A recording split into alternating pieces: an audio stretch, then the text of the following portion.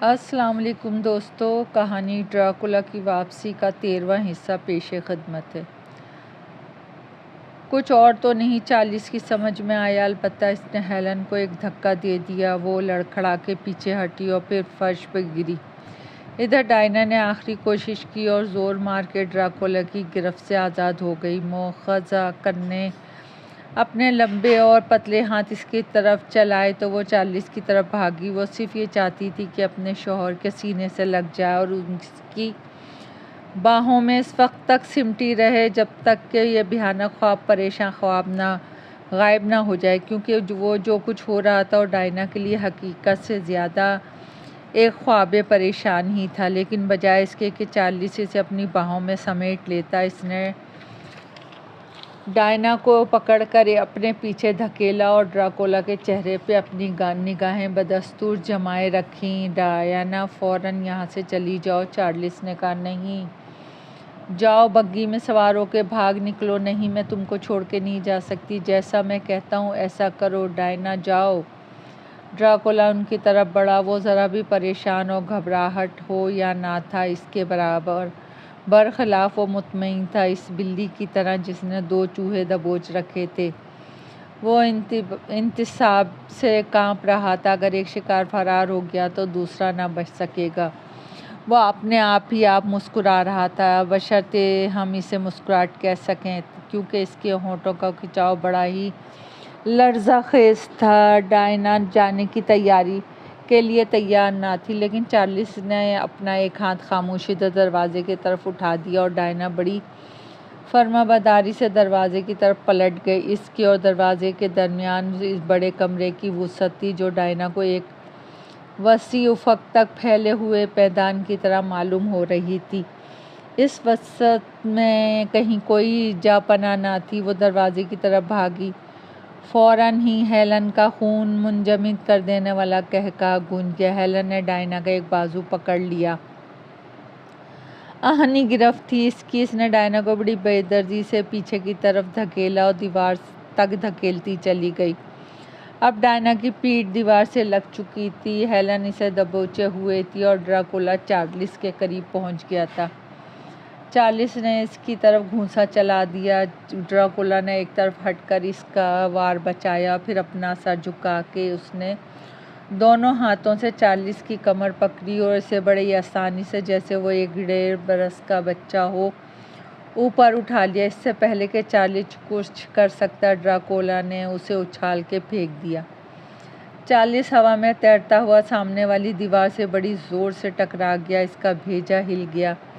نظر کے سامنے رنگ برنگی بلبلے ناچ گئے اور پھر وہ فرش پہ ڈھیر ہو گیا۔ ڈراکولا کے منہ سے بھیڑیا کی غراہٹ کی آواز نکلی اور وہ 40 کی طرف بڑھا۔ 40 نے اپنا سر جھٹکا، دونوں ہاتھ گھٹنوں پہ ٹیکے اور دیوار سے پیٹھ لگائے، بلکہ یوں کہیں کہ دیوار پہ پیٹھ گھسیٹتا آہستہ آہستہ اٹھ کھڑا ہوا اور کسی ہتھیار کی تلاش میں ادھر ادھر نظر دوڑانے لگا۔ چند فٹ دور ایک زنگ آلود تلوار پڑی ہوئی تھی۔ ایک سیکنڈ پہلے یہ تلوار دیوار پہ سجی ہوئی تھی، لیکن 40 دیوار سے زور سے ٹکرایا کہ وہ کیل میں سے نکل کے فرش پہ آ گری۔ 40 اپنے پہلو پہ لڑکھڑا گیا اور ہاتھ بڑھا کے تلوار کا دستہ پکڑ لیا۔ وہ جلدی سے اٹھا، اپنی ٹانگیں ذرا چوڑی کر لیں کہ توازن برقرار رہے۔ اب وہ منتظر کھڑا تھا، تلوار کی نوک کے آگے بڑھتے ہوئے ڈراکولا کی طرف اٹھی ہوئی تھی۔ ڈائنا ہیلن کی گرفت سے آزاد ہونے کی دیوانہ وار کوشش کر رہی تھی، لیکن ہیلن اسے برابر دبوچے جا رہی تھی۔ پھر دونوں عورتیں لمحہ بھر بعد 40 اور ڈراکولا کی طرف متوجہ ہو گئیں۔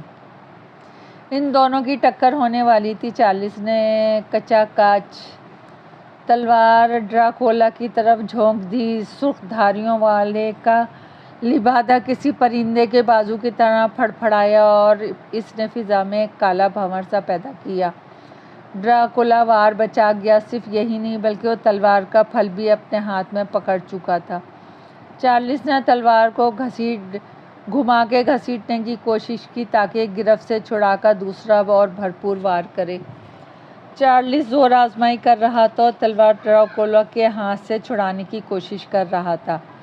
تلوار کا پھل ڈراکولا کے ہاتھ میں گھوم رہا تھا اور اس کی ڈراکولا کی انگلیوں سے درمیان سے سرخ خون بہہ رہا تھا۔ تلوار کی دھار ڈراکولا کی ہتھیلی میں ہڈی تک پہنچنے کے لیے راستہ بنا رہی تھی، لیکن خود ڈراکولا مسکرا رہا تھا۔ اس نے ایک زور کا جھٹکا دیا اور تلوار چارلس کے ہاتھ سے چھوٹ گئی۔ ڈراکولا کے منہ سے ایک بار پھر غراہٹ کی آواز نکلی۔ اس نے تلوار دونوں ہاتھوں میں پکڑ کے اوپر اٹھائی اور پھر تڑاک سے یوں توڑ دی جیسے وہ فولادی تلوار نہیں بلکہ خشک ٹہنی ہو۔ اس نے تلوار کے دونوں ٹکڑے اپنے قدموں میں پھینک دی اور اب اس نے بڑی یقین سے، بڑے اطمینان سے اور فاتحانہ غراہٹ کے ساتھ اپنے دونوں ہاتھ چارلس کی طرف بڑھائے اور دوسرے ہی لمحے اس کی گردن ڈراکولا کے بے درد اور خون خوار پنجوں میں پھنسی ہوئی تھی۔ ڈراکولا اس کا گلا دبانے لگا۔ چارلس کے ہاتھ پاؤں ڈھیلے پڑ گئے اور جھک گئے، آہستہ آہستہ بیٹھنے لگا۔ اول تو اس لیے کہ ڈراکولا کا تمام بوجھ اس پہ پڑ رہا تھا، دوم اس لیے کہ اس کا دم گھٹ رہا تھا، وہ مر رہا تھا۔ ڈائنا کی فلک شگاف چیخ سے کسر کی بے حس ہو دیواریں کانپ گئیں۔ وہ ہیلن کی گرفت سے آزاد ہونے کے لیے کسی پاگل عورت کی طرح جد و جہد کر رہی تھی۔ ہیلن اور ڈائنا آپس میں گتم گتہ تھیں، یوں ہی کشتی کرتے ایک دوسرے کو پچھاڑنے کی کوشش کرتی ہوئی وہ ایک دوسرے کے عین کمرے کے بیچ میں آ گئیں، اور اس جد و جہد میں ڈائنا کے لباس کی ایک آستین پھٹ گئی اور گریبان کے بٹن کچھ ٹوٹ گئے اور کچھ کھل گئے۔ چنانچہ کھلے ہوئے گریبان میں سے وہ سیاہ ریشمی دھاگے کے نچلے سرے سے ایک چھوٹی اور سنہری سلیب لٹک رہی تھی۔ یہ سلیب اس کی مرحومہ ماں کی تھی۔ دھاگے کے سرے پہ جھولتی ہوئی سلیب گھڑی بھر کے لیے ہیلن کے ہاتھ سے چھو گئی۔ ایک بھیانک خون منجمد کرنے والی چیخ گونج گئی۔ اس دفعہ یہ ہیلن تھی جو چیخی تھی۔ اس نے ڈائنا کو گھبرا کے چھوڑ دیا اور لڑکھڑا کے کئی قدم پیچھے ہٹ گئی۔ ہیلن کی آنکھیں جیسے حیرت سے پھٹ گئی تھیں، اس کا منہ کھلا کا کھلا وہ بری طرح ہانپ رہی تھی۔ ڈائنا بھی لڑکھڑا کر کھڑی ہو گئی، وہ بھی منہ کھولے گہرے گہرے سانس لے رہی تھی اور یہ سوچنے کی کوشش کر رہی تھی کہ ایک دم سے کیا ہوا کہ ہیلن یوں چیخ پڑی جیسے اس نے اس کی ہتھیلی پہ دہکتا ہوا انگارہ رکھ دیا ہو۔ اس نے یوں گھبرا کے ڈائنا کو چھوڑ دیا اور پھر اس کی سمجھ میں سب کچھ آ گیا۔ اس نے وہ چھوٹی سی سنہری سلیب دو انگلیوں میں پکڑ کے اوپر اٹھائی۔ فوراً ہیلن خوف سے غرا کے پیچھے ہٹ گئی۔ چارلس، ڈائنا نے کہا۔ چارلس کی آنکھیں حلقوں میں سے نکل پڑ رہی تھیں، اس کے دونوں ہاتھ تقریباً بے جان سے ہوا میں لہرا رہے تھے کہ شاید ان کی گرفت میں کوئی چیز، کوئی ہتھیار آ جائے، لیکن وہ ہوا میں ادھر ادھر لہرا کے رہ جاتے۔ ڈراکولا مسکرا رہا تھا، اس کے ہونٹ دانتوں پہ کھنچ گئے، آنکھوں میں سرخ موٹے موٹے ڈورے پیدا ہو گئے اور وہ اس بلی کی طرح ہولے ہولے غرا رہا تھا جو اپنے شکار سے کھیل رہی ہو۔ چارلس سلیب، ڈائنا چیخی۔ ڈراکولا چارلس کو جھنجھوڑ رہا تھا۔ چارلس سلیب بناؤ، اور وہ ڈراکولا اور چارلس کی طرف بڑھی، لیکن چارلس نے نہ صرف اس کی آواز سن لی تھی بلکہ وہ اس کا مطلب بھی سمجھ گیا تھا۔ وہ ایک طرف اس کی طرف جھک گیا کہ اس کا پورا بوجھ ڈراکولا کے ہاتھوں پہ آ پڑا۔ کچھ جھک کر اور کچھ لٹک کر اس نے فرش پر سے تلوار کے دونوں ٹکڑے اٹھا لیے جو وہاں ڈراکولا نے پھینکے تھے۔ اس کی آنکھوں کے سامنے اندھیرا چھانے لگا، دم گھٹ رہا تھا، اعضاء بے جان سے ہو چلے تھے، اور اس کے باوجود اس نے تلوار کے ایک ٹکڑے پہ دوسرا ٹکڑا اس طرح رکھ دیا کہ ان دونوں ٹکڑوں نے سلیب کی ایک بے ڈھنگی سی شکل بنا دی۔ اس کے بعد چارلس بو وقت تمام سیدھا ہوا اور اپنی پوری بے جان ہوتی ہوئی ٹانگوں پہ اپنے جسم کا بوجھ سنبھال کر اس نے سلیب آہستہ آہستہ بلند کی، اور اب سلیب اینڈ ڈراکولا کے سامنے تھی۔ ڈراکولا کی فاتحانہ خوابناک سی مسکراہٹ یکایک غصے کی گھراہٹ میں تبدیل ہو گئی۔ اس نے چارلس کو چھوڑ دیا اور گھبرا کے بے اختیار کئی قدم پیچھے ہٹ گیا۔ ڈراکولا غصے اور احساس شکست سے پھنکار رہا تھا۔ ڈراکولا کی گرفت سے آزاد ہوتے ہی چارلس فرش پہ ڈھہ گیا۔ ڈائنا دوڑ کر اس کے قریب پہنچی اور اس نے سہارا دے کے اسے اٹھ کھڑا کر دیا۔ چارلس نے نکاحت سے ڈائنا کے بازو میں جھول رہا تھا، اس کے باوجود اس کے حواس بجاتے اس نے تلوار کے ٹکڑوں کی بنی ہوئی سلیب اپنے سامنے رکھی ہوئی تھی۔ چارلس اور ڈائنا الٹے قدموں اور قدم با قدم دروازے کی طرف ہٹنے لگے۔ ڈراکولا اور ہیلن ان کے سامنے کھڑے ہوئے تھے، شکست خوردہ سے اور سہمے ہوئے۔ ان دونوں کے سر جھکے ہوئے تھے۔ بار بار وہ دونوں سر اٹھا کے دروازے کی طرف ہٹتے ہوئے چارلس اور ڈائنا کی طرف دیکھ لیتے اور پھر فوراً ہی نظریں نیچے کر لیتے جیسے تیز روشنی ان کی آنکھوں میں چبھ رہی ہو۔ دونوں ہولے ہولے کرا رہے تھے۔ ڈائنا نے گردن گھما کے پیچھے دیکھا کہ معلوم کرے دروازہ بھی اور کتنی دور ہے۔ دروازہ کھلا تھا لیکن کلیو دروازے میں سے کمرے میں داخل ہو رہا تھا۔ اس کے ہاتھ میں کھلا چاقو تھا۔ ڈائنا نے چیخ کے چارلس کو ایک طرف گھسیٹ لیا۔ کلیو چاقی بلند کر کے کمرے میں گھس آیا۔ چارلس نے تلوار سے بنائی ہوئی سلیب توڑ دی اور اس کے دستے والے ٹکڑے سے کلیو پہ وار کر دیا۔ وار اس کی کن پٹی پہ پڑا۔ چٹاخ کسی ہلکی سی آواز آئی۔ کلیو کے ہاتھ سے چاقو چھوٹ کے آواز کے ساتھ سنگین فرش پہ گرا۔ خود کلیو ایک لمحے تک جھومنے کے بعد ڈھک گیا۔ چارلس نے ڈائنا کا ہاتھ پکڑا اور دونوں بھاگ کے صحن میں آ گئے۔ رات کے اندھیرے اور محیط سایوں کے پس منظر میں ایک اور زیادہ گہرا سایہ نظر آ رہا تھا۔ یہ وہ سیاہ بگی تھی جس میں کالے گھوڑے جتے ہوئے تھے۔ چارلس نے ڈائنا کو اٹھا کر کوچوان کی سیٹ پہ بٹھایا اور خود بھی اچک کر اس کے قریب بیٹھ گیا۔ اس نے لگام میں پکڑی اور گھوڑوں پہ بے تحاشا چابک برسا دیے۔ ٹخ ٹخ، ہائے ہائے ہو! اس نے لگاموں کو جھٹکا دے کے گھوڑوں کو للکار دیا اور وہ بڑی میکینیکی اور جبلی طور پہ مڑ کر خندق کے پل کی طرف چل پڑے۔ ڈائنا نے گردن گھما کے پیچھے دیکھا۔ قصر کے دروازے میں دو سائے کھڑے ہاتھ ہلا رہے تھے اور پیچ و تاب کھا رہے تھے۔ یہ ڈراکولا اور ہیلن تھے۔ پھر لمحے بھر کے لیے وہ دونوں سائے گڈمڈ ہو گئے۔ وہ دونوں مل کے ایک ہو گئے۔ ڈائنا نے دیکھا ہیلن نے اپنی باہیں ڈراکولا کی گردن میں پہنا دی، خود اس سے لپٹ گئی۔ اس نے کوشش کر کے ڈراکولا کا سر اپنے اوپر جھکا لیا۔ خدا جانے کیا کر رہے تھے وہ دونوں، کیا وہ ایک دوسرے کو چوم رہے تھے؟ لیکن ڈراکولا کا سر ہیلن کے چہرے پہ نہیں بلکہ اس کی گردن پہ جھکا ہوا تھا۔ دونوں سائے الگ ہو گئے اور ایک سایہ آگے بڑھ کے صحن میں آ گیا۔ ڈراکولا تھا جو بگی کی طرف اپنے گھونسے ہلا رہا تھا۔ پھر اس نے اپنے دونوں ہاتھ دائیں بائیں پھیلا دیے۔ اس کا لبادہ چمگادڑ کے بازوؤں کی طرح پھیل گیا۔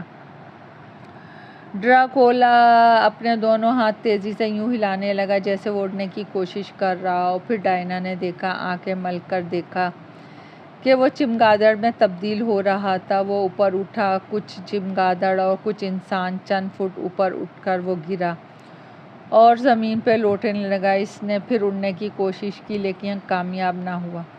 وہ لوٹ پوٹ کر اٹھ کھڑا ہوا۔ وہ پھر ڈراکولا اور نہایت ہی غصے کے عالم میں وہ کئی قدم آگے بڑھ آیا، دور ہوتی ہوئی بگی کی طرف۔ بگی دور نکل آئی۔ ڈراکولا کا اندھیرے نے نگل لیا۔ لڑکھڑاتی ہوئی بگی خندق کی چوبی پل سے ایک طرف کی طرف گزر گئی۔ چارلس بڑی بے دردی سے گھوڑوں پہ چابک برسا رہا تھا، اس پر جیسے بھوت سوار ہو گیا تھا۔ ڈائنا نے اسے روکنے کی کوشش نہ کی اور نہ ہی سے کچھ کہا۔ قصر ڈراکولا خطرناک تھا، پراسرار تھا اور اس سے زیادہ جلد از جلد بہت دور پہنچ جانا چاہتا تھا۔ وہ جانتی تھی کہ چارلس گھوڑوں کو یوں بے تحاشا اس لیے بھگا رہا ہے کہ وہ بھی حد سے زیادہ خوفزدہ تھا۔ ڈائنا کو احساس تھا، وہ جانتی تھی کہ چارلس کو بھی اس بات کا احساس ہے کہ ڈراکولا انسان نہ تھا بلکہ کچھ اور تھا۔ کیا تھا؟ اس کا جواب انہیں فی الحال نہ ملا، تاہم اتنا تو انہیں معلوم ہی ہو چکا تھا کہ وہ عجیب اور معقول فطرت قوتوں کا مالک تھا، اور یہ کہ اگر انہوں نے ذرا بھی سستی کا ثبوت دیا، گھوڑوں پہ ذرا بھی رحم کھایا تو ڈراکولا اپنی قوتوں کے زور سے انہیں واپس قصر کی طرف نہ صرف موڑ دے گا بلکہ انہیں اس طرف بلا بھی لے گا، اور پھر خدا جانے کیا ہوگا۔ رفتار کم کیے بغیر بگی موڑ گئی اور اس کے پہیے جیسے احتجاجاً چیخ اٹھے۔ بگی کسی جاندار کی طرح اچھل کود کر رہی تھی، جیسے اپنے سواروں کو یوں پھینک دینا چاہتی ہو ڈائنا گرنے سے بچنے کے لیے چارلی سے لپٹ گئی۔ شڑاک شڑاک چابک گھوڑوں پہ برس پڑا اور گردن توڑ تیزی سے وہ طویل ڈھلان اترنے لگے جو چوراہے تک جاتی تھی۔ بگی ان کے پیچھے بھاگی آ رہی تھی۔ ڈھلان عمودی تھی۔ اب چارلس کو ہوش آیا۔ اسے احساس ہوا کہ لگامیں کھینچنے کا وقت آ گیا تھا، لیکن وہ وقت نکل چکا تھا۔ اسے بہت دیر کے بعد خیال آیا تھا کہ وحشت زدہ گھوڑوں کو اب قابو میں لینا ممکن نہیں۔ خود گھوڑے بھی اپنے آپ کو نہیں روک سکیں گے، کیونکہ وزنی بگی بھی اس کے پیچھے دیوانہ وار بھاگ رہی تھی۔ اور پھر اچانک چوراہا سامنے نمودار ہو گیا۔ چارلس نے اپنی جسم کی پوری قوت صرف کر کے لگامیں کھینچ لیں۔ وہ گھوڑے کو جوزف آباد کی طرف موڑ رہا تھا۔ لگاموں کے کھچاؤ سے مجبور ہو کر اور دھول کا ایک بادل سا اڑ کر گھوڑے تو مڑ گئے، لیکن بگی نہ مڑی۔ جس نشست پہ ڈائنا بیٹھی ہوئی تھی، اس کے عین نیچے سے تڑاک کی آواز سنائی دی اور ڈائنا کو کچھ دھندلا سا احساس ہوا کہ بگی کا ایک پہیہ ٹوٹا ہوا پہیہ اپنی جگہ سے الگ ہو کر لڑھکتا ہوا سڑک کے کنارے تک چلا گیا۔ ایک لمحے تک تو وہ کہیں گرتی رہی۔ ایک لمحے تک جو اسے خوفناک حد تک طویل معلوم ہوا، وہ آسمان اور زمین کے درمیان مہلک رہی۔ پھر زمین اور بگی کے نچلے حصے کی ٹکر ہو گئی۔ خر خر کی آواز بلند ہوئی، بگی زمین پہ جھک گئی اور ایک تڑاکا سنائی دیا اور ڈائنا نشست پہ سے لڑھک گئی۔ جیسے زمین و آسمان نے جگہ بدل لی، پوری دنیا گھوم گئی۔ ڈائنا نے اپنا دونوں ہاتھ چلا کے اس چیز کا سہارا لے جو وہاں نہ تھی۔